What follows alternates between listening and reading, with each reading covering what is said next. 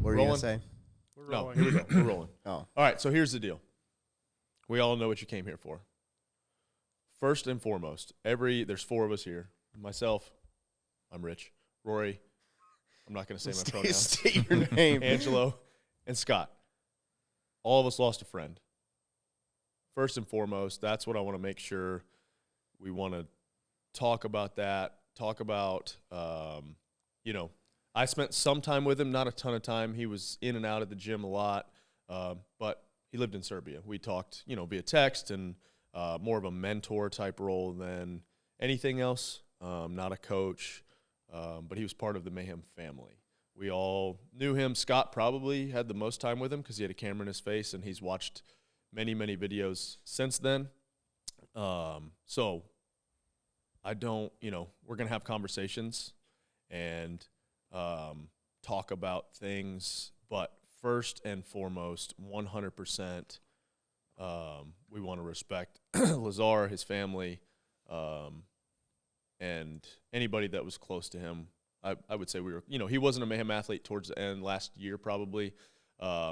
Once Roman came and some of the other higher level athletes, he just basically voiced and 100% agree with, like if you have too many high level athletes under Wasn't his coach lived yeah, closer to something him as well? a previous, like Facundo was a good friend of his and a coach, and he just wanted somebody not inside, like not be a part of a camp, and I 100% respect that, and I get that. So never had any ill feelings towards him, and just wanted the best for him. So what happened was an absolute tragedy.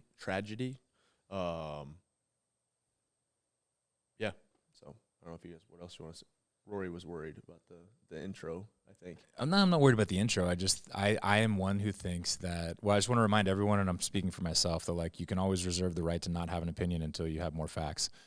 And that's why we've waited so long for this Yeah. podcast in the first place. Was I wanted to wait until the investigation was done.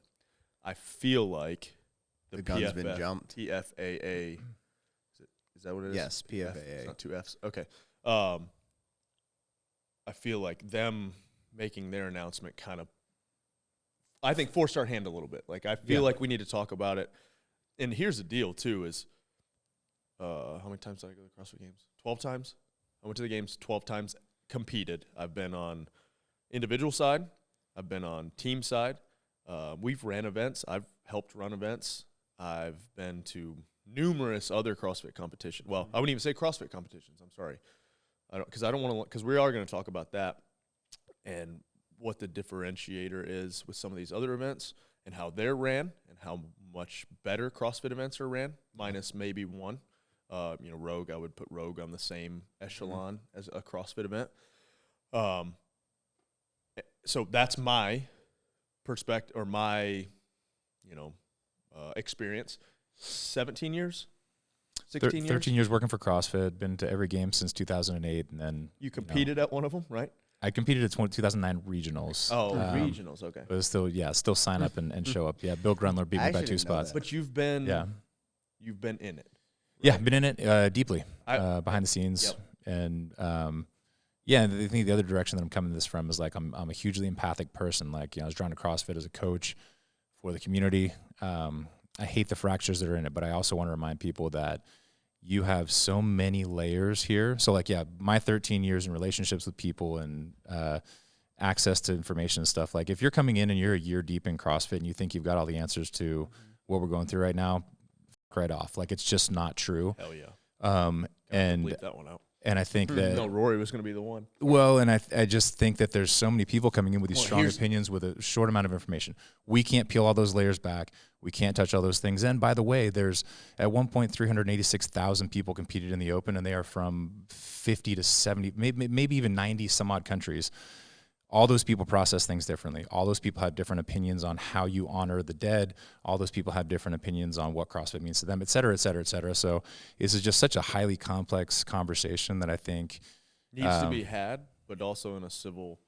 Yeah, we're processing in real time in some ways. Yes, we've had a little bit of time to process these things, but again, I think on this, I'm going to be more of a moderator, try and help the conversation along. But in terms of my own opinions, I'm waiting for more information because one, I wasn't there for a lot of these things that we're going to be talking about. Part, We don't have the information on the investigation and what's come out from it. And, yeah, man, the ramifications are huge for all of us personally, for you as a competitor, for you as a business owner, for us all as a community of people. And so that was one thing, you know, that I did resonate with me over the course of the weekend. I was like, hey, at the end of the day, I choose to still remain in this community and to act like a community member. And I think that means, like, you got to respect people's shit and isms and whatever they're going through. You got to speak your own truth, but at the end of the day, hopefully, like, we're all trying to work towards a common goal. Agreed. Angelo, how many times at the game? How many you've been doing CrossFit for 13 years? 13. Same years, you know, a little 13 years. 13 years. 13 years. Competed on the teen side. Competed gone 6 times as an individual at regional semifinals, and then on a team for the last couple. Yeah, you were there this year. Yeah, I was. Yeah, so like my perspective is going to be way different. Yeah, different and like, just like, and maybe valuable to the conversation. You were in on some of the meetings. Yeah. I was getting information secondhand on some of these meetings and getting them from different angles. And yeah, and then I was at the start line waiting to compete. You saw, and they said 5 minutes. All right, 15 minutes. And then, what I'll say about both of our backgrounds, being firefighters, we've seen. So we're going to process stuff way different than somebody who's never seen anybody dead or been around anybody dead. Like, it is a I was actually talking to Heber about it. He was asking me, he's like, hey, like, I think it was after the last event. He's like, hey, dude, how you doing? Whatever. And I'm like, I said, I'm okay. Like, I mean, everyone's upset. Like, and I said, I don't like it. I'm not trying to like be tough guy or whatever, but like, dude, I've had the reps of this stuff. Yeah. Like, I see it. It happens, I mean, on average, probably once a week. Like, I see someone die probably once a week. And I go, you think about the people here who've, like, you could be at the CrossFit Games. You could have maybe seen 2 things die in your whole life, like your grandpa and your dog. Like, that could have been all the death you ever dealt with in your life, or less than that. So, and then now you're in, like, not just, like, your grandpa who passed away peacefully in his bed. Like, you had someone some crazy thing. Pretty much you're right there. Like, especially if you're one of the individuals, you're in the water while it's happening. It's like, that's a lot to process. If you know, like, what could I have done? What should I have done? I can't, like, could have been me. You know, could have been me. I could have. Yeah. Why wasn't it me? You know, there's just different things. There's just a lot of like having the reps of doing that, of dealing with situations like this. It's not just, I'm not saying that it makes us better. No. We're just going to process it wildly different than even you, like, you know. Because, like, people have never seen something like that happen. Like, you know, you've seen it happen. Like, you know, there's sometimes you see it multiple times a day. Like, not that exact scenario, but scenarios that are very similar. Like, you see it 2 or 3 times a day. It's like, if you don't find a way to process it, like, you're gonna have a lot of problems. So that was my first call. One of my first calls was a suicide. Yeah. Oh, really? First call. One of, I think, with somebody I knew. Oh, really? Not like really well, but you knew in the halls of the high school and knew who they were. And that's a lot of what I hear about. Like, when I've heard that from maybe someone or people in the military, they're like, the difference is, like, there's a lot of differences and there's a lot of similarities. Like, the difference is that, like, you could be going into a mission with your buddy and you're in the military and he could die. Yeah. Or you could do your whole career and none of the guys you could run tons of missions, none of the guys you're with die, but you kill a bunch of people. And, like, that's a little bit, there's a totally different to process, but then it's different to process if you, like, you go to the Walmart that you've been shopping at all your life and now you're doing CPR on, like, your buddy's grandma. Yeah. Like, it's like things are just, there's parallels and then they're so different. So, like, dealing with somebody, like you just said, like, losing somebody, not necessarily who's close to you, like, but somebody you knew, is, like, in a tragic way, is so, it's so weird. Like, it's just, like, a weird thing for a human to process. And like, but yeah, like we just said, just having we've dealt with it. You're gonna figure out your method a little bit better. Like, you know, I'm not saying I know how to deal with it for myself, but like, you look at anybody who is on the floor, like, everyone's different. Like, some people are, like, just, the lights are on, no one's home because they're, like, shock, complete shock. where, like we said, we've seen it. So it's just there's that shock, but then there's like, okay, now I'm gonna go through my steps of like how I deal with this. I did this last week. What am I gonna do now that like from that position? So the reps change your outlook on it for sure. Doing it and dealing with it. And Scott, you've got a camera on you, right? So Scott's, how many times you been to the games now? 6, 5, 6? 5. 5. Yeah. And you've been behind, like you've talked to a ton of athletes. You've been in and out. You've seen kind of inner workings of how things go. You have your frustrations, obviously, with how the things happen back of house. But I mean, you've got miles with Lazar. You were there. We have several angles of what happened. I still haven't watched because I don't need to see that. Like it's different. So. May actually have his last words on camera, which is really kind of crazy too. And so, I don't know, speak to like, I don't know, just where you're at right now with it too. Because me and Angelo are completely different than Rory, and then you've got probably a completely different perspective, from that angle, I guess. Yeah, I mean, for us, from the time it happened to now, the most difficult thing has been, what do we share? How do we share what's going on, but doing it in a respectful way? Right. We had long conversations. Rory was involved in some of those of what do we do with the content and like how does it look? But yeah, I mean, I think it was just as weird for our team and like the whole like the media at the games because we've never we've never experienced. I mean, I worked in like college sports some too, but nothing prepares you for covering an event where someone dies in the beginning and you still have to like keep working after that. Not even from like being like mentally messed up from it or anything. Just how do you showcase what's going on? Yeah. So that was weird. And I know a lot of people have talked about like in the media circle, it was pretty strange to go back and look at that footage. And you see it in the background because you're filming whatever. Leader, whoever, one of our athletes. Yeah, and then you see it in the background or off to the side, like, what was going on. And you're like, why didn't I see that, So I don't think we'll pretty strange. Speak to the actual incident because we don't, like, there's an investigation going on. Yeah. I'm not going to there wasn't enough boards in the water. There wasn't this because let's let the investigation figure that out, and we can talk about it when that comes out, right? Yeah, like you said, I don't have an opinion on it because I don't know enough. I think almost coming at it as where we are in our particular situation, like we'll start here. And as a competitor, high-level competitor, CrossFit Games, Leadville, which we can talk about that in another podcast. But it's and I don't know if this is just me, and you can speak to it, Angelo. Some of these other, everybody's going to feel a little bit different about this, and you might not like it. Anytime I do anything to excess, which is a lot fitness-wise, like that's just my nature. It's how I was raised. Everything's 100%. I don't want to say that I accept what could happen, right? Not that I would expect you, like, you always know in the back of your head something bad could happen. You could get injured, and ultimately, like, I mean, look at Leadville. You could die, right? CrossFit Games, like, it could happen. I always thought that, right?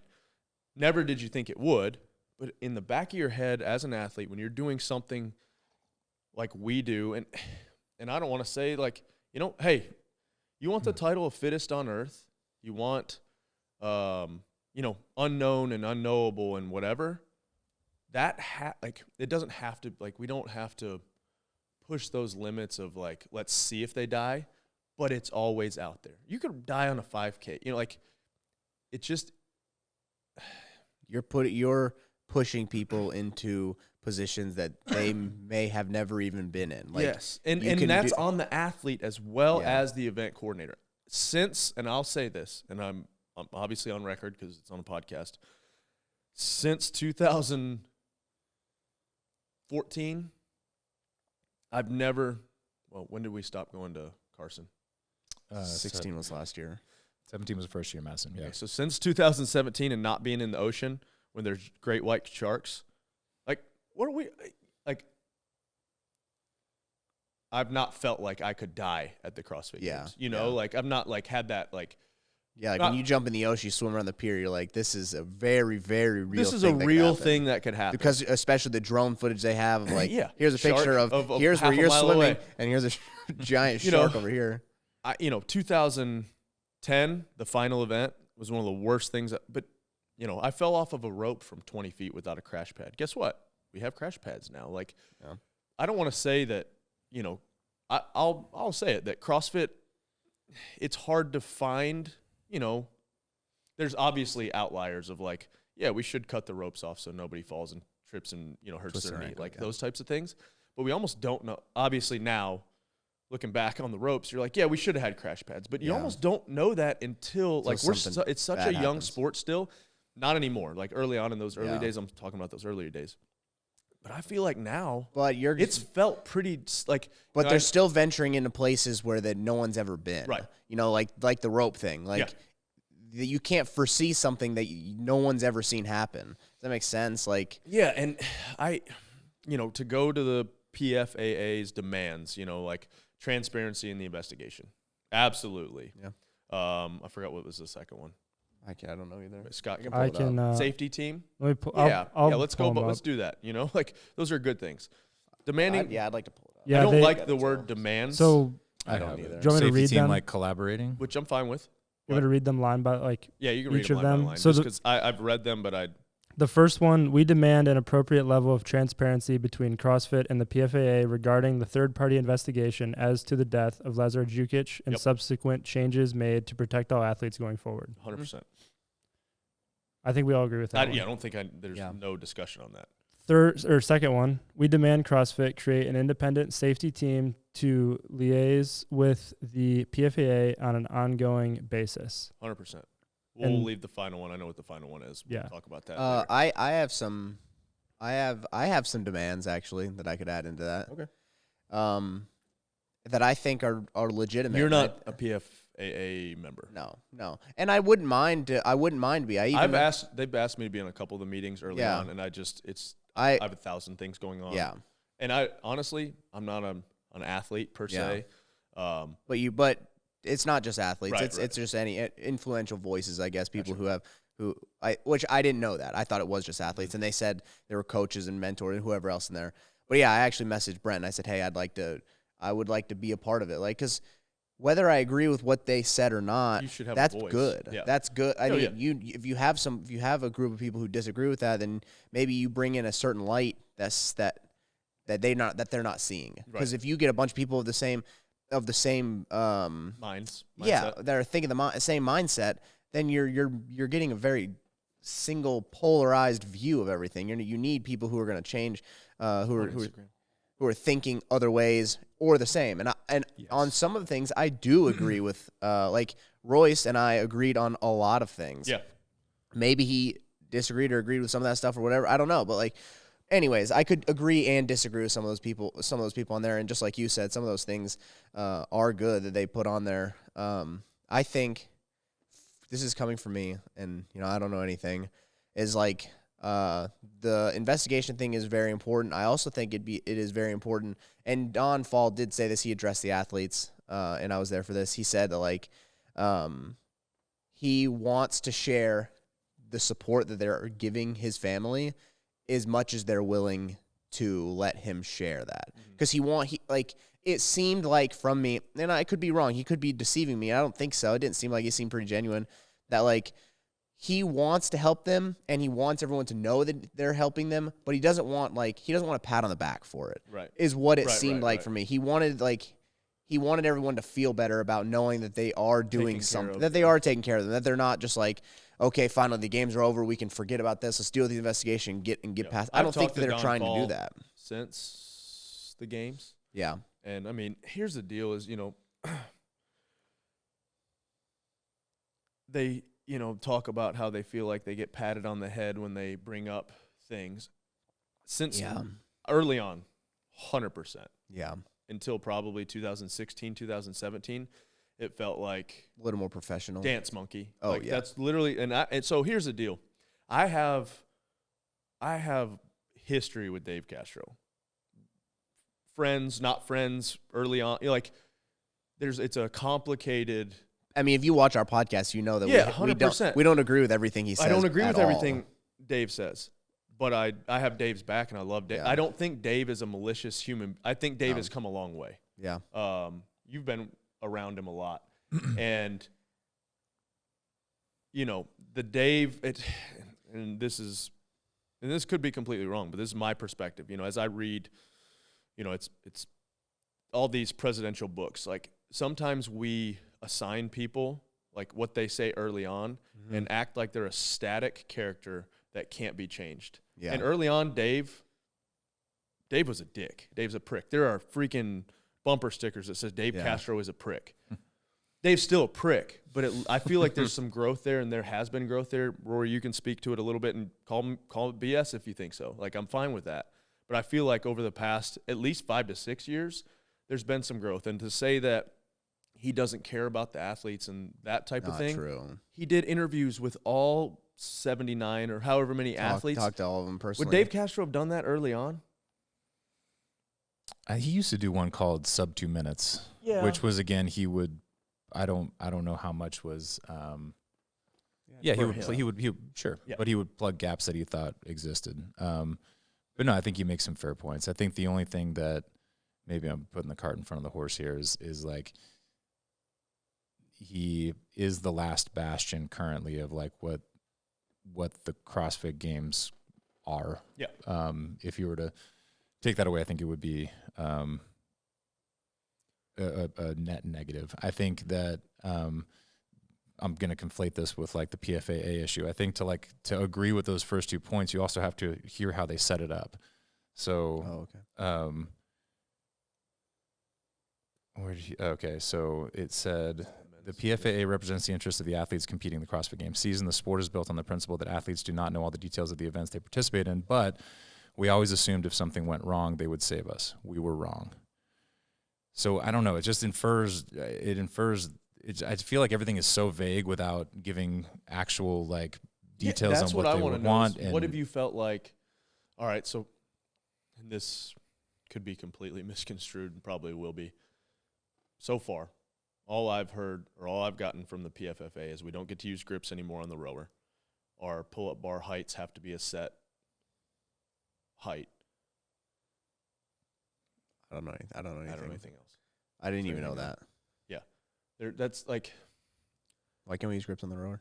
Who said that? They said that? I mean, and I again, like, man, we almost should be taking it point by point. Yeah, but I know. I keep one of the previous things that had been mentioned before Lazarus' death was going into this CrossFit Games, and Fikowski had done a different interview, and most of what was mentioned was like standardization of movement standards, and like. I'm not agreeing or disagreeing with that, but I mean, it wasn't like a safety protocols thing, right? Yeah. There's nothing other.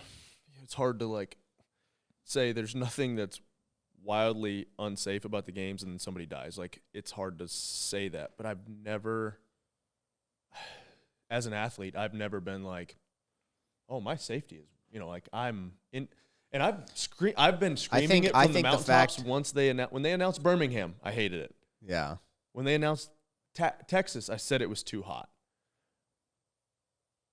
To try to minimize the heat-related stuff, they pushed it to early in the morning. They did stuff late at night. Now, you look at the water and all this investigations, that's still going to come out.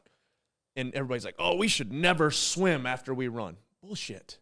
People do that. There's events called run, swim, runs. And triathlons. We wanted to try to do a triathlon. Mass starts on a triathlon are the most dangerous things you've ever done in your life. 2023.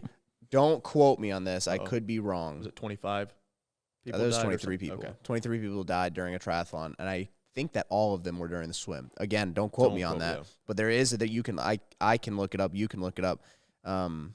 In triathlons that year, not in one triathlon. No, in triathlons in that year. Once again, I'm not saying it's not okay that somebody died. Every single person, it's a huge loss. Every single person that died is a huge loss. And each of those, I'm sure, hopefully, each of those events were investigated and thoroughly looked at. And it would be I'm sure that whoever's doing the investigation, I say I'm sure, but I don't know.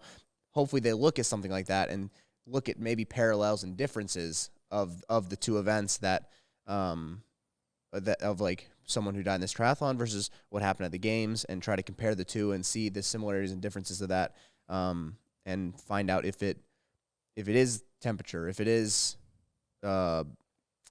distance, if it is I think it all, I mean, the biggest thing that it comes down to is it's a competition that's so that it's a competition. I guess it just comes down to it's a competition. And like you said, knowing Lazar, so competitive. One of the most competitive people I've ever met. He didn't want to be coached by somebody who was also coaching Rome because he's so competitive, which I totally can agree with and understand. And he still wanted to he would ask me for times on stuff, and I'm like, I ain't giving you time until you tell me your time. You know, like he's super, super, super competitive, and like not want to be coached by someone who's also coaching Roman. I actually can understand that. Like I totally That's understand. why there's no hard feelings. Exactly. You know? Yeah. But so you're talking about one of the, you could maybe make the argument he is one of, if not the most competitive person out there. And you're going to put him in a situation, and he's the 10-year water polo, great swimmer. I knew he was a water polo, but I didn't know 10. I could be wrong. Great swimmer, maybe the best in the field. You're gonna put him in that situation, and he's gonna go really hard. Yeah. And the event can be unsafe, and it might be. I'm not saying it isn't. It might be. But I forget where I was going with it. But I was on a roll for somewhere. But yeah, if you're gonna put someone who's super competitive in a situation that is maybe somewhat unsafe, like you said, there's always that chance. There's always that chance. Every high level sport. If we're hey, this is a high level sport. It's a professional sport. Look at Major League Baseball. Guys get hit in the head. NFL football, CTE. Yeah.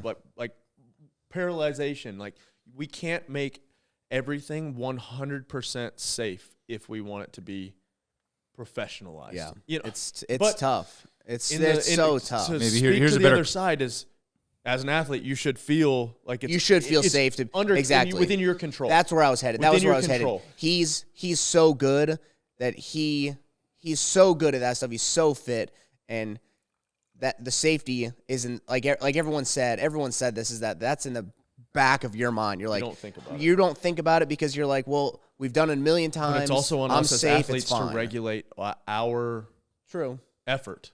Yeah. It's such a hard. It's not. Which is so, and that's what's so hard. How do you regulate someone who's wants to win so bad? How are you going to tell them to stop? And that's when you're flirting with. I would like to think that no matter how hard I go in an athletic competition, I'm going to be. Your safety's not in jeopardy. My safety's not in jeopardy. That's what I'm saying. It's more TBD. He went out there going hard, knowing his safety's not in jeopardy. 100%. You know, 100%. Like, and let's just say you extracted water events and never happen again. Open water, pool, whatever. Like things. We had a member die in our gym, right? Yeah. And he's still alive. He's still alive. He was revived. And it wasn't our fault. He had 3 blocks. But I think what you guys are trying to say is just to make sure there's differentiation. There's no fault on Lazar's part. There's an inherent risk to doing anything. And honestly, he should be able to go out there and go that hard and feel safe about it. Is kind of what I'm saying. But even if you choose CrossFit as your fitness program, like there's even this is back to level 1 shit. It's like you measure you measure efficacy versus efficiency versus the time horizon that you need to be using this to see how effective it actually is. And CrossFit's a little, it's more aggressive than some other things. Yeah, for sure. So, and I'm not talking about heart attacks per se. I'm talking about more like ripped hands and a shoulder out of place. But that's part of just the inherent risk, like you're saying. Is like those are kind of the things that like you think of as an athlete. Like you think of those. We say minor inherent risk compared, obviously, like Brookwell's elbow. That's an inherent risk. That's inherent risk for sure. That can happen. She had an elbow problem before that, but that can happen. You're snatching heavy. That could happen. It's happened to me. Ripped hands, like you said. Blown out knee. Like those are a lot of things that could happen in the gym. That could happen at any competition, doing almost any movement. Those things happen a lot, and there's no way to. I guess that's kind of what you're saying. Is there's no way to get rid of it altogether. You can't get rid of all of that. But there is, but like. What are the necessary steps to make you feel safe to go out there and to black out during a workout. Like, you know, we always talk about, you know, we go out there and like, especially like you can talk about the workout that we did at the games, the bike and burpee thing. Like that's like blackout city. Like you want to have that confidence to go out there and just go there. But that is almost relative to each event, you know, like you got to think about, and that's part of us as athletes in pacing. You know, we talk about it all the time. It's just such a, it's about this of like, it's an almost like an oxymoron in a way of saying like, I want it to be safe, but I know there's risk, but I don't want there to be risks. I want it to be safe. Like it's so hard. I'm not the person to understand how to do both. You know, it's so hard. If there was I guess if there's a lesson to be gleaned from it, it would be how do you guarantee the most possible safe scenario, right? Mm-hmm. And then also athletes, like I was only half joking with almost like when this occurred, because maybe the next thing to address is should the competition have been carried on or not. My current filter to look through is like Rich, or who I spend the most time around, right? And I'm like, Rich's wish would very clearly be for you to carry on in the competition, and that's how you honor someone. I've said this, and I still told all you guys this, and this is me speaking. This is not me speaking for Lazar. This is just me speaking. If it was to happen to me, you know, whatever I'm doing, you guys better keep going. The one way to honor me is to give it all you got, and 100%, like everyone may be exactly what you guys did. Yeah. And this is just me, not speaking for him, not speaking for anybody else. I would want you guys to keep going. I've said this. I think it's now in writing, so it has to be like, it's like almost like my will, right? Is I use some words, but you guys to keep going. Make a video to like Scott, make a cool video, all the cool shit that I've done. Get people that actually know me. Like I hate going to a funeral where people don't, like, you know. Yeah.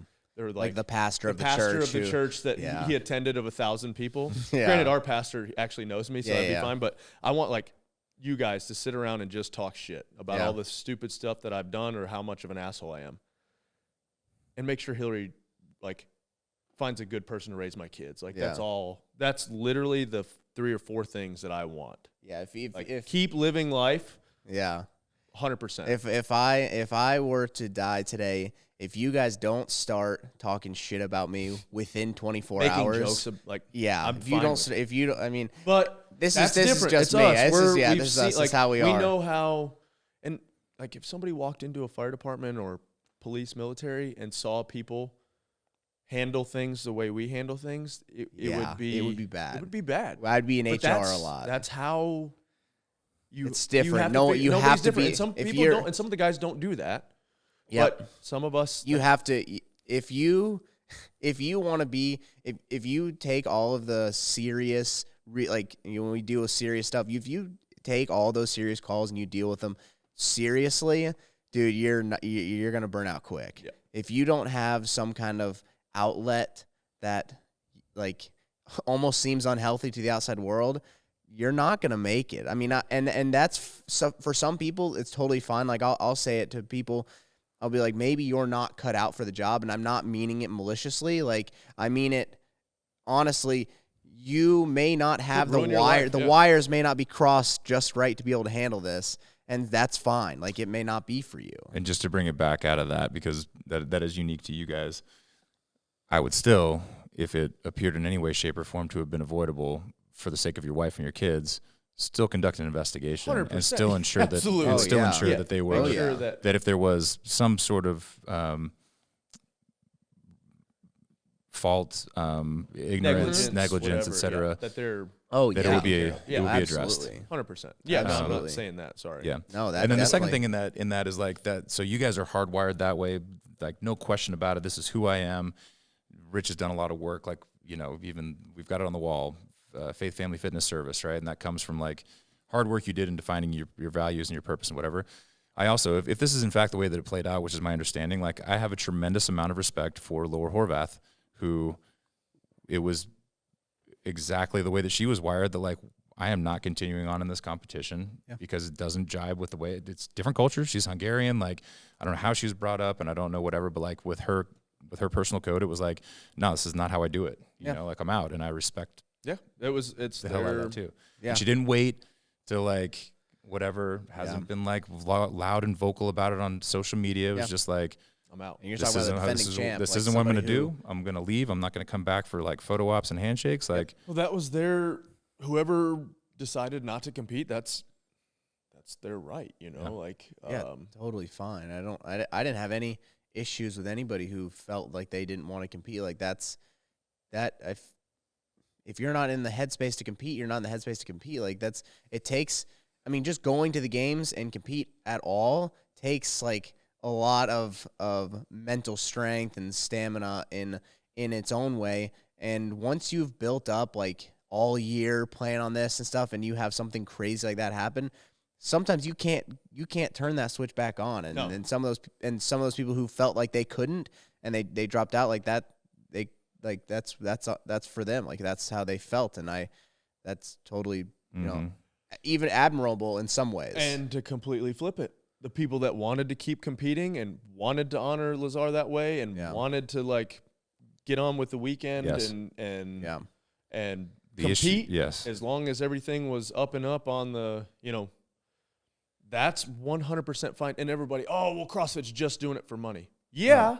Like, but the thing that I will say is you can say that, but there was a poll that went out and majority of the athletes said that they wanted to compete. So why would they not listen to the majority of the athletes? I don't think people knew that when they were jumping. They immediately started commenting and saying, well, CrossFit's just going on for money.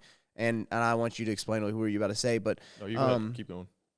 But they didn't. I don't know that they knew that 60 or 70, whatever it was the majority of the athletes. I think it was 78%. Yeah, how many? 78%. Said I want to continue competing. So why would they? I'm not going to talk about because this is along where you're going. Somebody, good friend of ours. I'm not going to name names right now. If he wants to talk about it later, he can. But he said the reason he signed the PFAA thing was not necessarily that he agreed with all the things, but there was a vote of no confidence. Yeah. Saying Dave promised us that he would own CrossFit's decision to keep the games going, but the next day in an interview, he said that he spoke to the athletes and we all came to an agreement. But I believe in that interview, he said 78%. That's not saying all the athletes the majority arguing with this. Yeah, so, like, I don't know, you know, like. I think it's fair to say that the continuance or non-continuance of the games is a super complicated issue too, that there was no right decision. Like I'll say for me personally, on Thursday we're talking and we're like, for sure it has to go on. Yeah. Right? I'm 100% on board. Sunday, by the end of the day, I'll say I don't know if it should have. And it wasn't even that. It wasn't I felt like we were dishonoring Lazar or his family. It wasn't even from that perspective. It just didn't feel like the CrossFit Games. Yeah. At one point, and I'm not blaming CrossFit for this, but at one point we're sitting in the arena and they're doing the wave around the arena. I'm like, this is kind of weird. It was on Friday, I think. After it was like the third event. Yeah, like you can't. I was like, someone died yesterday and now we have 14,000 people or whatever doing the wave. Yeah, like when we went out. And like you guys, the first event when everyone stood there, and I'm not saying that's bad and you guys going, and that it doesn't matter. It was just strange for anyone to be put in that situation. Yeah, and it was strange that there was no music playing too. But by the time playing music didn't seem right, but no music didn't seem right either. Like nothing seemed right. And none of the athletes in the warm-up area like really felt like, even the ones that kept going, they weren't into it. You know, like everyone, they just didn't know what else to do, I think. It's almost not like you can't like, all right, hey, we're going to take a week. No, and you come can't. Back. You can't do that. There's either, there's no right choice. There's no right answer. Like there was no. Yeah, it's so difficult. I would say, like again, like if we're going to teach ourselves for the future, maybe there should be a plan. Maybe, I would say that if you run an event, like you should have a plan for what you do. Like I think some people, it's just a no-brainer. You know. I could see like you know what I mean. It doesn't have to be this. It could be something just like. Just a plan if this weekend isn't going to work. Yeah. Like let's say it's just thunderstorm the entire time and whatever it is, or a tornado is going to come through. Like you had just a plan of like, okay, well, we can't do it this weekend. What's our backup? Well, I mean, plan? yeah, Like, most people have a plan for that. I'm saying literally there should Oh. be like if someone dies in your competition. I was just how saying, do you like, move forward, right? Like in general, what do you do with the But I think like, oh, okay. you guys are speaking two different things. Yeah, we are. Man, it's such a complex thing. I think they did the right thing in keeping it going. It may not have felt right. It may not have like. I don't know that it felt right or wrong. It felt weird. Weird. Yeah, but, for sure. But you're weird. not going to clear that up. Yeah, Somebody no. died. Yeah, Somebody that a lot of the people on the floor knew, a lot of people, looked up to, yeah. But it's almost like you got to keep going. And I think You know, also, like, and it was way soon on that. It's such a hard. It's so hard because you have hundreds. And I'm only, maybe once again, thousands. I'm only talking to if it was me, I'd want you guys to keep going. Like as normal as you could. Like I know it would be weird, but that's just me. And I know like if you talk to my wife, she would have said, "Nope, shut the whole damn thing down." Yeah. Yeah. But you're hearing it from me, Mhm. Yeah. So it's so hard. And Luca, you come back to his brother, it's just hard, man. I can't even put myself in those shoes. No, I can't. And then, having his girlfriend there, girlfriend. So man, the whole situation sucks. Yeah, no, you can't. I don't even like. I've. That's one of those things that I don't even want to play. Like I don't even want to mess with at all. Like you can't even start to imagine what it feels like, and I don't want to start to imagine because like it's such a horrible place to be in for both of them for sure. Like that's tough. That's it's one of the toughest things you could probably ever deal with in your entire life. So, I don't know. I don't want to spend too much time thinking about it. Yeah. I don't have to. Yeah, I don't know. And in terms of continuing or not continuing, I think that there's a bit of like there's regional divides or geographical divides on like how you brought it, if you're an American or if you're European or whatever your grow up was. But I think that there's also an old school versus new school CrossFit in terms of older school is like, this is what we do. Mm-hmm. Like if someone passes away, this is how we honor them. So I think there was a lot of that. Workout idea kind of. It's very, like it's we've been doing it since how long? I guess that really is a good point that like. And I have a big butt afterwards. Yeah, go ahead. But the butt for me is, I think that it was just so much.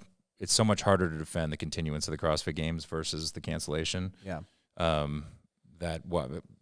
It's the reason I'm not in that position, right? Yeah. Like it's an impossible decision to make. Absolutely. But and I think it's more defensible to cancel it. You were there. Yeah. It's hard for me to like speak to it. You were there in some of it and probably heard a lot of it. I don't know if you were over there, but the meetings that were had.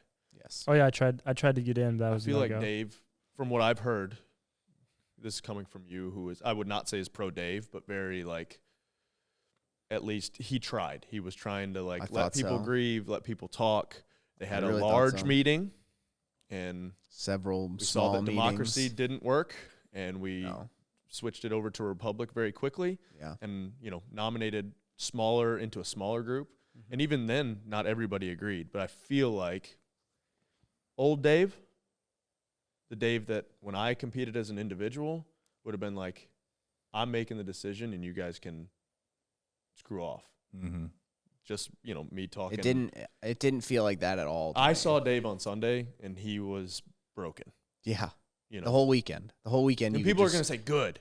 No, it's not good. No. No, not at all. It's so you can speak to kind of the meetings and what kind of happened, and you don't name names and I was getting play by play and I mean, when he addressed us, he was like over in the corner for a while and like almost like couldn't catch his breath to be able to talk to us. Yeah. Like whether he was choked up or whatever it was, like, or just confused, didn't know what to say. And I mean, we're talking like this is like 8 hours afterwards. Yeah. So like, I don't even know, like, how do you address how do you address hundreds of people who are wondering, like, what's this guy going to say? He's got to have the answers. He has the answer for us. What's the answer? So he addressed us and said, like, from what the conversations we've had, like, we're going to keep going. And then, everyone was like silent for a while, and no one really knew what to say. And then someone chimed in and says, like, well, we can't really just keep going like nothing happened. And then the conversations kind of opened up and started, and then we started to say, like, okay, who almost has like an issue with it or has a different plan. And this is coming from Dave. Like, before that was even said, he just said, I want to know, like, give me feedback. Like, I want to know what you guys are thinking. He said during his opening statement to us is that he wants to be transparent and wants to, like, have a open conversation with everybody and see how we're feeling. He told us their plan and then pretty much said, okay, what do you guys think? And a lot of people seem to think he wasn't very receptive. I absolutely think he was. And then we started, had the breakout groups, and everyone, like, team athletes were kind of talking, individuals, men and women, and then coaches were talking, and then CrossFit people were talking, and they were kind of we were all intermingling for sure, trying to get different outlooks and views. And obviously a few people would speak up a little bit louder than others. And then we split up into the smaller, or the representatives. We elected the 5 representatives from each group, and they pretty much split off and had their own little groups. So if you want to talk to somebody who's going to be a representative, you go over into that group. And I did my best to go over into the groups that I knew that I had opposing views Were of you those a people. representative? No. Of course not. I didn't want to get be elected. Oh. What? You think I didn't get elected? I didn't want to be. I just wasn't the guy for the job. You don't know what that means. I know exactly what that means. Go ahead. Sorry. But I did my best to talk to as many groups as I could and wager my opinions to them, because I knew that maybe we had opposing views on some things and similar views on others. And like everyone, that was actually a really good time. The only thing, I actually wasn't around for this. I mean, I was, but I can't really speak to it. Like the day after 9/11, where like everyone's like, were you alive? I was alive, but I was barely. It was a year and a half. Yeah. We're like, I know, right? No. I was 2. Wow. I did not. My first day of high school. Wow. Yeah. Like, where you never felt so connected to people because there's something, everyone went through this, everyone went through the same thing. Yeah. And so you're all trying to like help each other. And that was some of everyone was really understanding of each other. It seemed like, I could be wrong, but everyone seemed very understanding of each other and their views.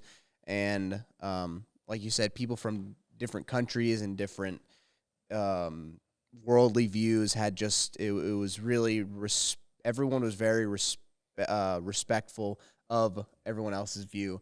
What it seemed like, maybe they were putting on a front, but they at least came out and it seemed, the next day or two. Yeah, exactly. And then went on social media or went up to somebody and told them otherwise, which I don't know that I dealt with. I don't think I dealt with anybody being backwards to my face, or did I? You did. And but yeah, everyone seemed very respectful. Everyone seemed like we were trying to get to the common goal of what feels right, and everyone had a different way of getting there. And then we sent those representatives, and they came up with an answer, and I think it was the best that they could do in the moment. So 78% of that, is that the number? 78% of the athletes said. I don't have it. That was on that first survey, right? Yeah, it was the first survey. You guys originally it was the did a first survey, survey, and I don't have it anymore. It was just a timed out thing. Hard. But yeah, like 78% of the athletes said they wanted to compete, and then you put a group of representatives in that I felt like almost everyone had confidence in. And the reason for us to break out and have those certain representatives from each group was someone brought this up, I'm not sure who, said like, well, a lot of the people doing the talking were like the bigger names. And they're like, maybe it's not, they didn't say it for themselves. They go, maybe someone here doesn't feel as comfortable bringing their view to like, just like Rich. I'll just say he obviously wasn't there. Rich, for instance, if this is my first rookie season on a team, like I've never been, I'm not going to approach Rich and say, no, you're wrong in front of everybody. But if he breaks out and he has like 5 or 6 people around him, I may say, no, Rich, this is what I think. That was the idea. And I think that did happen. I think people got views from the little people, if you want to call them that. I mean, I'm not putting anyone down, but that's kind of what everyone was saying. The people who don't have as big of a following, per se, they got a chance to say something if they wanted to. And then we sent those people up, and like we said, 78% of people wanted to do it. And then I felt like everyone had a chance to, whether they took it or not, had a chance to say something and put something in someone's ear.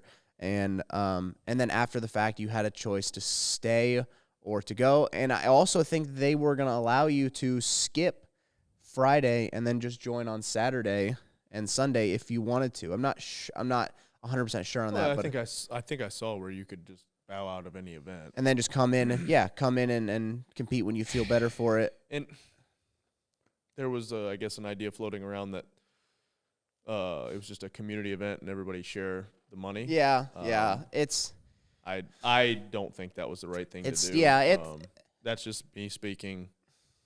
But I didn't think it. I honestly, and to be completely transparent, I didn't think it was the worst idea that I had heard, because of what I was seeing. For two reasons. One, I wanted to compete. Mm-hmm. Selfishly, I wanted to do the competition and be able to continue on with the weekend.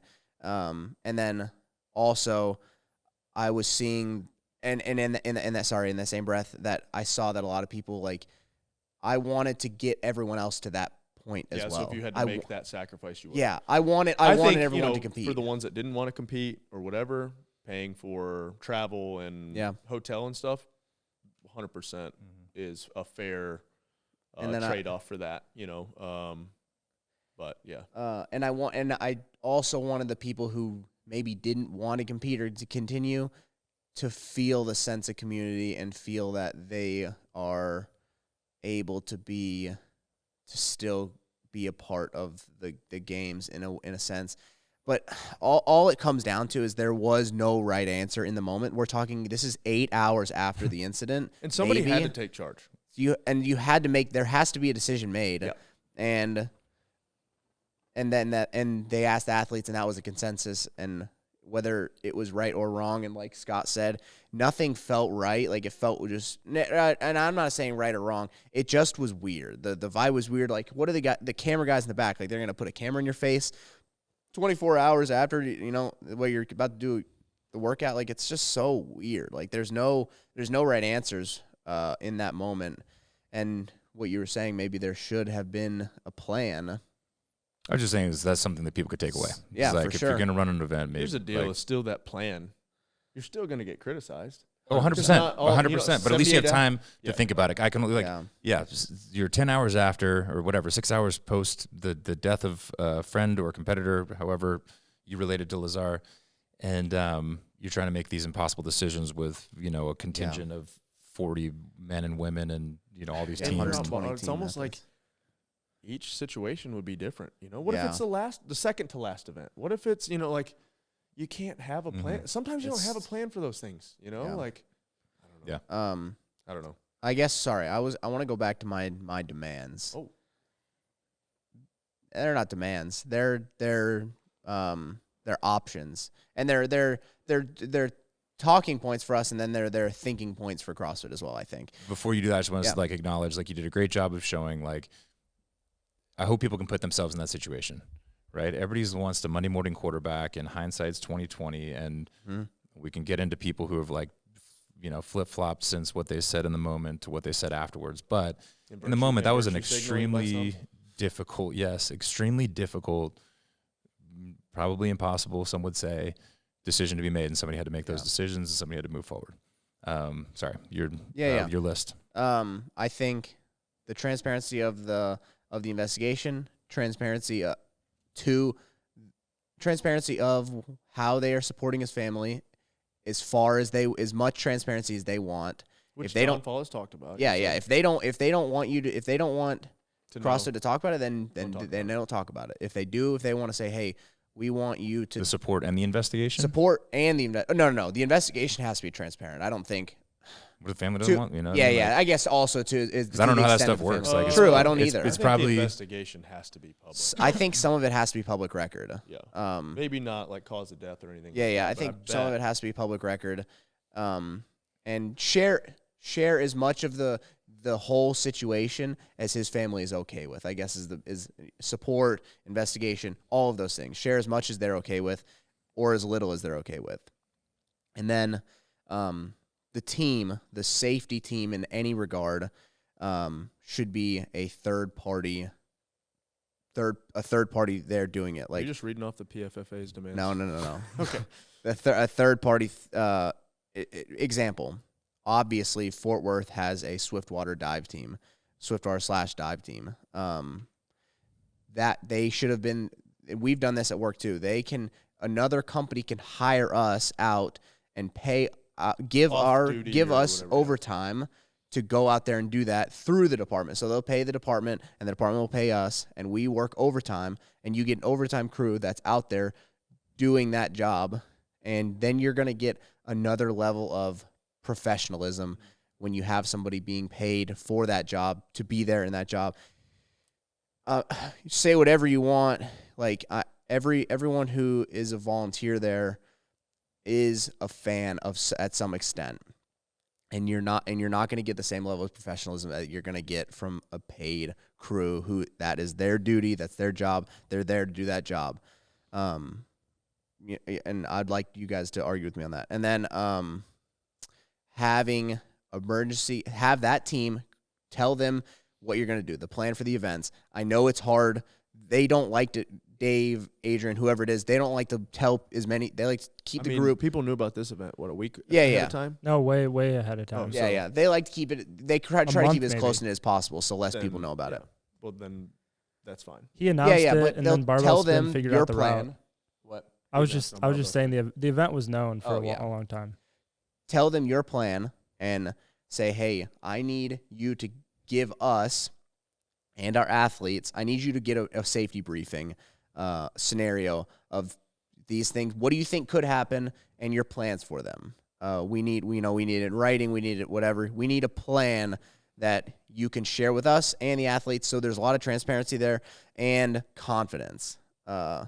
I'm not saying that I don't know if there was or wasn't. The same thing like Rory said. I don't have an opinion on it because the investigation is out yet. I don't have an opinion on that. I'm just saying. Are we holding all competitions to this standard? Because there's one that we've talked about quite literally a lot of times, and it's the worst run event ever from a safety perspective. Yeah, and they're lucky this hasn't happened on their watch. 100%. Totally lucky. Well, I think the PFA is trying to have some sort Didn't of. they screw something up with the rowers and handstand walk? Or handstand push up or something. Everybody has been freaking out about PFFA. I've read comments. I don't know, about that. but I think they're trying to regulate the safety across those other events. The other major that's events. fine too. Yeah. But I think to Angelo's point, I really do like the third party, whatever you called it, safety team. Crew, safety team, because safety. I think when you start having fans, and again, we don't know this, but when you start having fans or volunteers work in some sort of safety capacity, even if they are actually certified medical or lifeguard or whatever the scenario. It's like the whole jury thing. What are you going to do? Go walk around to different fire departments and be like, are you a fan of CrossFit? Yep. All right, you can't do it. Because there's still, like, if you're using that logic, it's still going to happen. There's human error that happens. And I'm not like, in this situation, I'm not justifying that it's okay that it happened. But there's always, when humans are involved, there's always going to be human error. Mm-hmm. It's going to happen. And we can't. It's just, I think you can't get rid of that. You can't get rid of that. To 100% safety. That's the part that people don't understand a lot of. The thing that is so infuriating to me about the whole thing that I see on social media and stuff is the people who talk about the people who don't know shit talking about shit.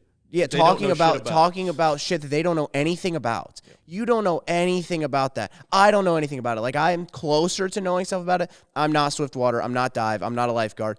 Scott has lifeguard experience, but he won't even talk about it that much because he doesn't know. You don't know shit. Like, even when I watch a video on YouTube of someone fighting a structure fire that maybe even looks like one I've been to, I don't know shit. Yes. I can only say what I know about, and I don't know shit. So you don't know enough. you weren't in that situation. I unfortunately got in an argument with a guy on Twitter after it all happened, basically saying that CrossFitters shouldn't swim. It's not something that we do, blah, blah, blah. At a CrossFit gym, yeah, you're probably right.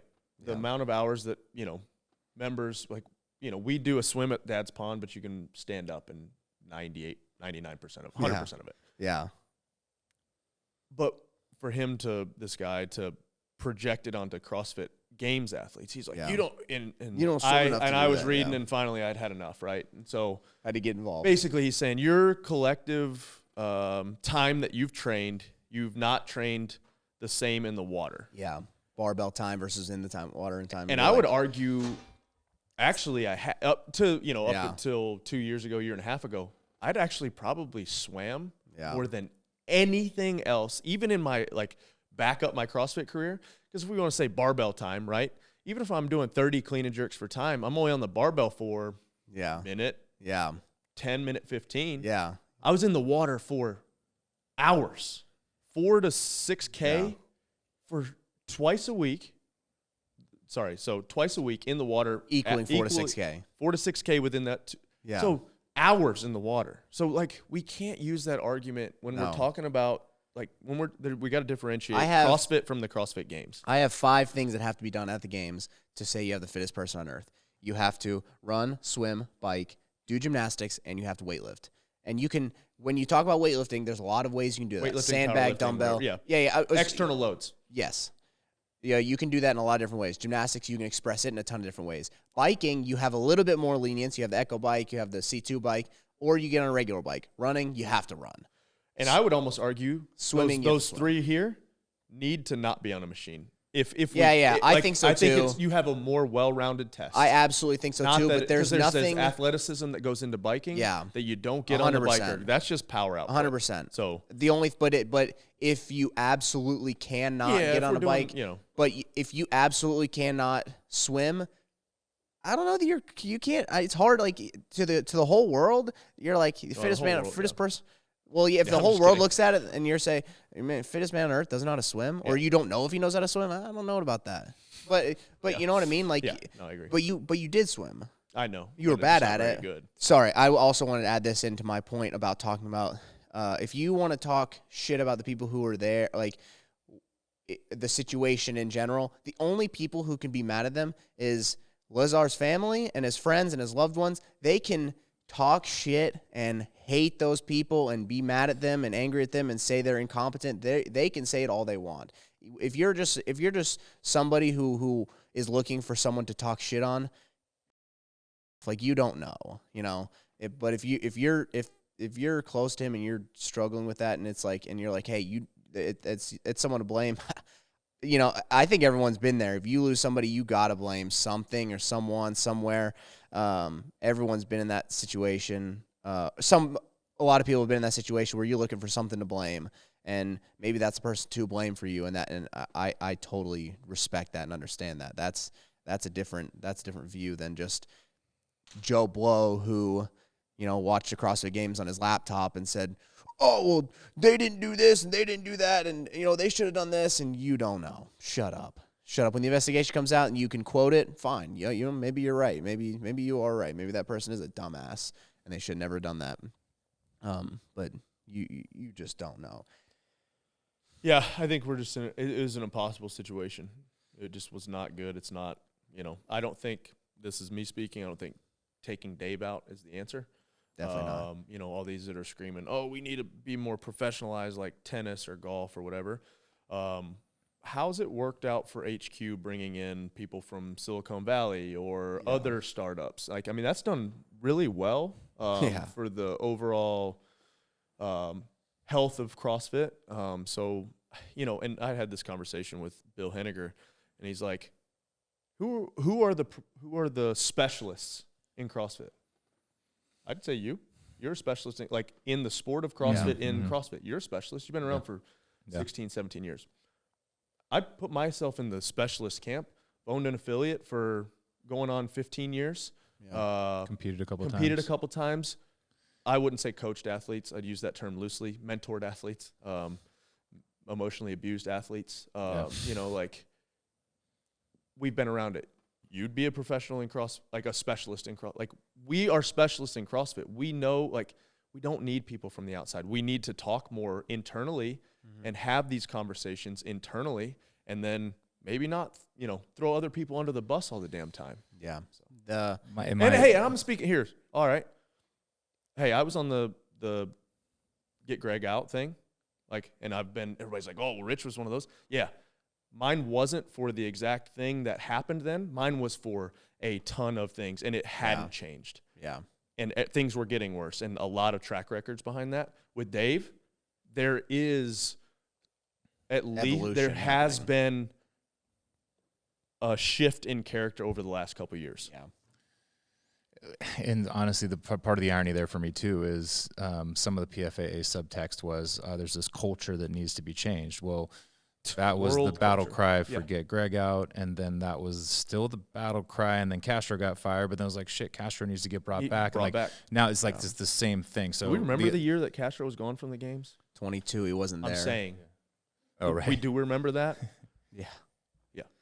The well, okay, but he, and I guess my point there is that, like, he and Boz are really, and there are others I'm sure that I'm going to overlook and they'll be upset with me, but that's really, like, aside from this small contingent of old schoolers, of course, but and J Mac, I think he has a real job too, right? He's not full-time CrossFit, but Wilson, the people behind the scenes that we know of, right? But my point being, they're a smaller contingent compared to now.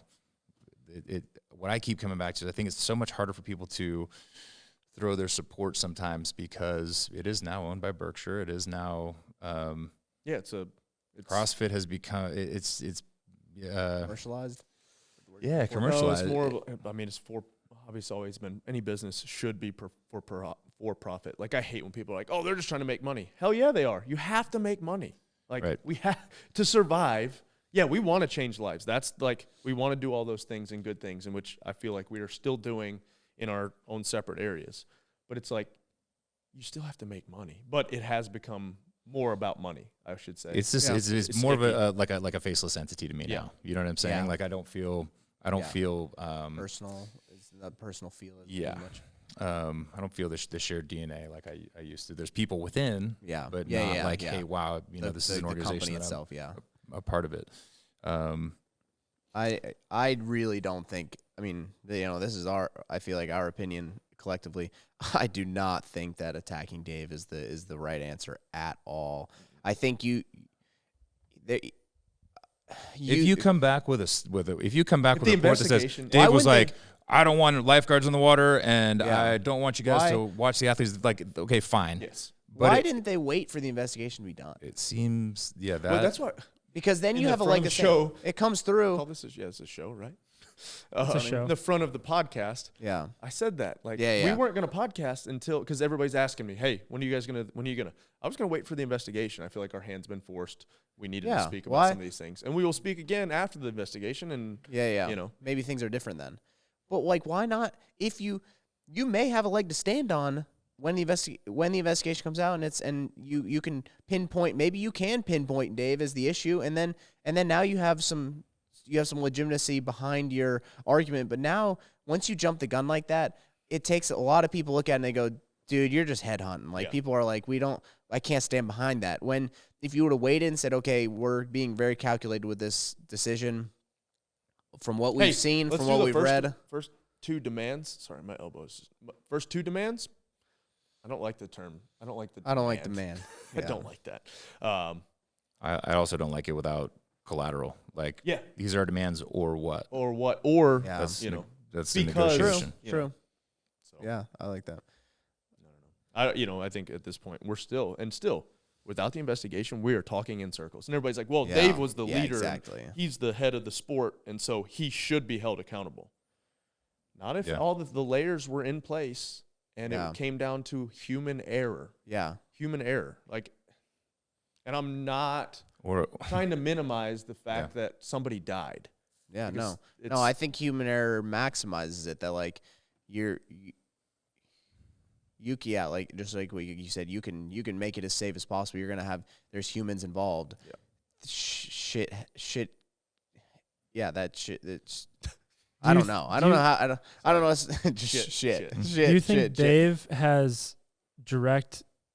This is kind of a rhetorical question, but do you think he has direct oversight or control over every facet of the safety protocols? I don't know about control, but I would hope maybe a that he sees minimum understanding at least. It's been so long that Dave used to give us the safety briefings. Like before we'd swim in the ocean. Yeah. I remember the Pendleton safety brief, and like this is how far it's come.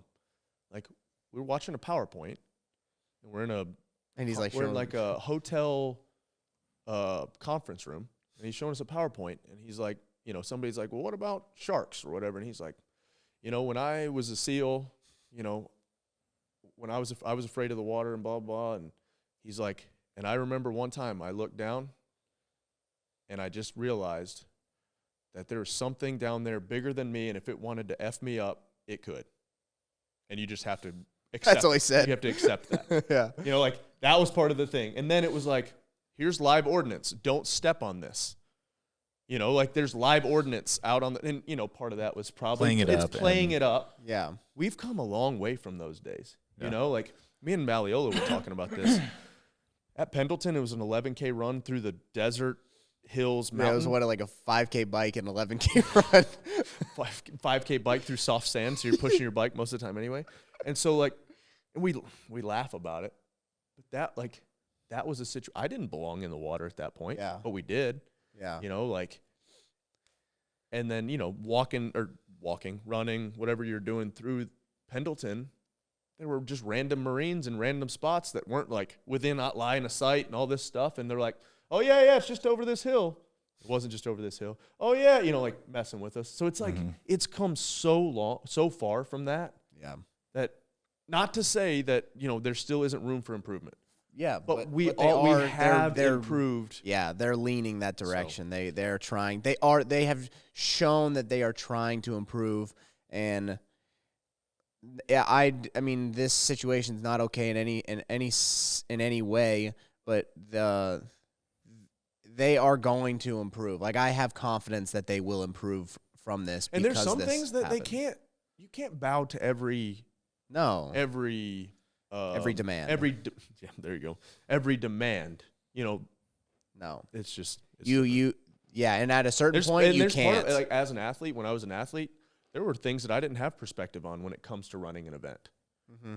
Yeah. You don't think there's certain things you don't think of it, but we look at crash pad, we look at cutting the ropes, you look at barbells having to be spaced out better, the way floors are implemented where weights are safe, moving the warm up area closer to the floor. Like was it you that was somebody was talking about how visually unappealing it was to be watching people warm up on the floor while people are racing. Are you talking about the clean event? Yeah. Yes. No, I didn't say that. But as athletes, great. we demanded that for years, right? Yeah. And so, like, as you're saying from a spectator, I think it was no, yours. I didn't. Somebody no. was like, it just I commented how it was a good thing because the one year you guys had to warm up with a women's bar for the jerk. For the front squat. And that's a step in the right direction. Yeah. Like that was something. They said you're gonna have a platform, a warm up bar, and 35s. You could hardly see the people warming up for the clean. Do what? You could hardly see the people warming up for the clean. But that's something that another step in the right direction. I think stepped in, and I'm not saying that they've done everything that we've asked for. But they've done some of the things, and so less weight on corral times, those types of things. I will say the warm up area, the whole setup this year was so much better than Madison.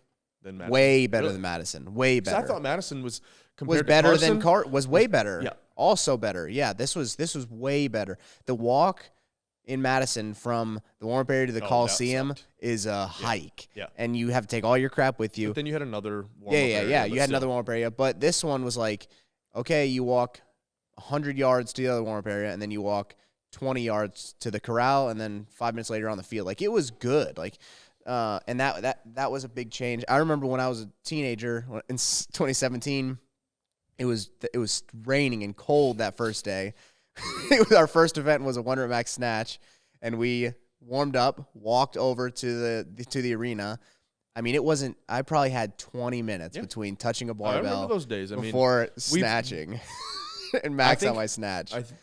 And partially this is my fault too for not being part of that. Is like the PFAA.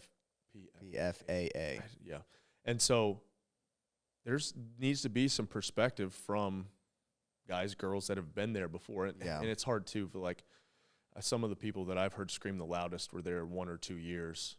And finished in the mid-30s. And want to complain about everything.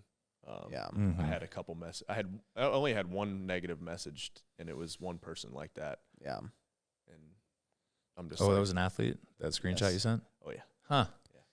I got carried. I didn't pay. Yeah, that. I wasn't see that proves your point. I Even got more. a shame on you.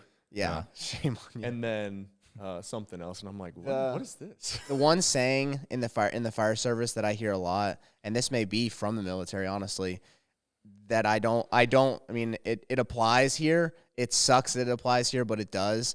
Like everyone always says this, shit doesn't change till someone dies. Yeah. That is exactly what happens in the fire service. Yeah.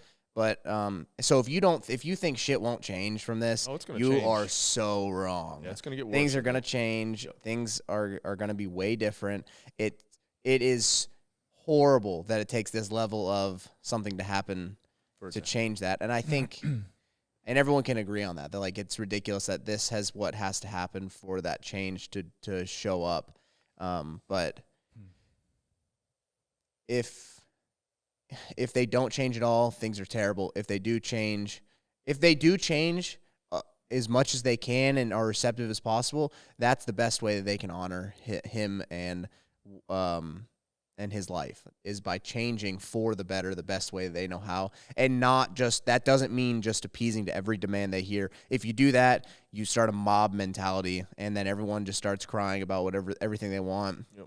You can't say yes to everything. I don't think it's out of the scope or question to say that before that investigation comes back, if you look at that water and how many athletes were there and having one jet ski and 3 paddle boards, it was at the very most bare minimum compliance.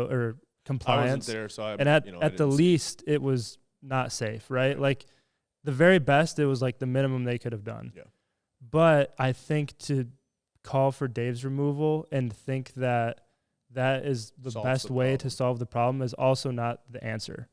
Was it unsafe or I'm not speaking to the event, but like the amount of water safety and who the people were? I mean, obviously. Yeah, for sure. Yeah. I mean, I think that I don't think you can argue that pre investigation being done. No, yeah, I mean, but someone died, so obviously it wasn't safe. I'm sure in the future you're going to see so much more thought and care taken. And to your point, it sucks that that's what had to happen to get there. Yeah. But that's the best thing they can do to honor him, is to implement necessary changes. I think that's the best thing they can do for the community, for him, in his honor, is to implement as many changes that it takes to make it as safe as it possibly can be. And I don't think anyone's going to care more than Dave about making those changes. So I put nobody cares more about the CrossFit Games than Dave Castro. CrossFit Games / that. It's I should have said athletes too. And people freaking out. Yeah. Oh, he can care about the games. Yeah, but not I know. Athletes. People Dave are just trying to pick at what care you're about saying. the athletes. I'm not. That's 100% false if anybody says that he doesn't. So I mean, and this is me talking from my perspective. If I was him,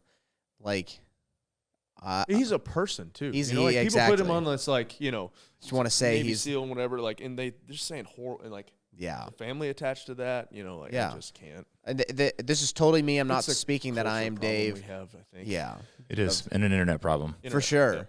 Yeah. That's a whole thing in itself. But I think you make a great point. He's a human being with a heart that's bigger than he gets credit for. But I think also, to your point, I have to say this while we're having this conversation. My tenure with CrossFit ended in 2018. Prior to that, I have to say that the medical team and the safety teams and take that to every single team, even the event team, the CrossFit Games ran on time to the second every single time, right?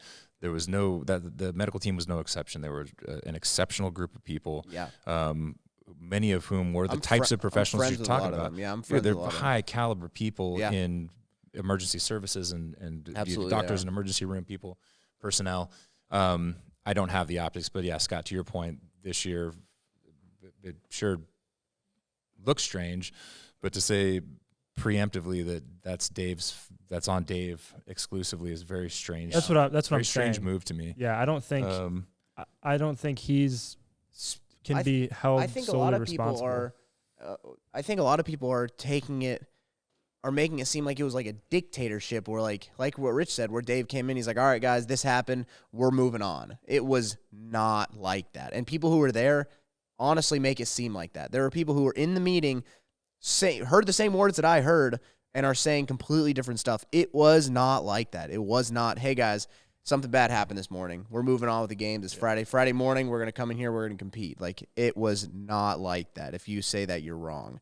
But what I was going to say really quick is that from my perspective, if I was Dave, I'm not him and I'm not speaking for him, I'd be fucked up right now. I'd be really, I mean, like, and I am in my own way for like what happened, but like, I'd be fucked up. I would. He is. Yeah. He is. I've talked to him. He is. I would, I'm sure he is. I saw, like you said, we saw him all weekend. He looked horrible. Like he looked like he had an athlete die. Yeah.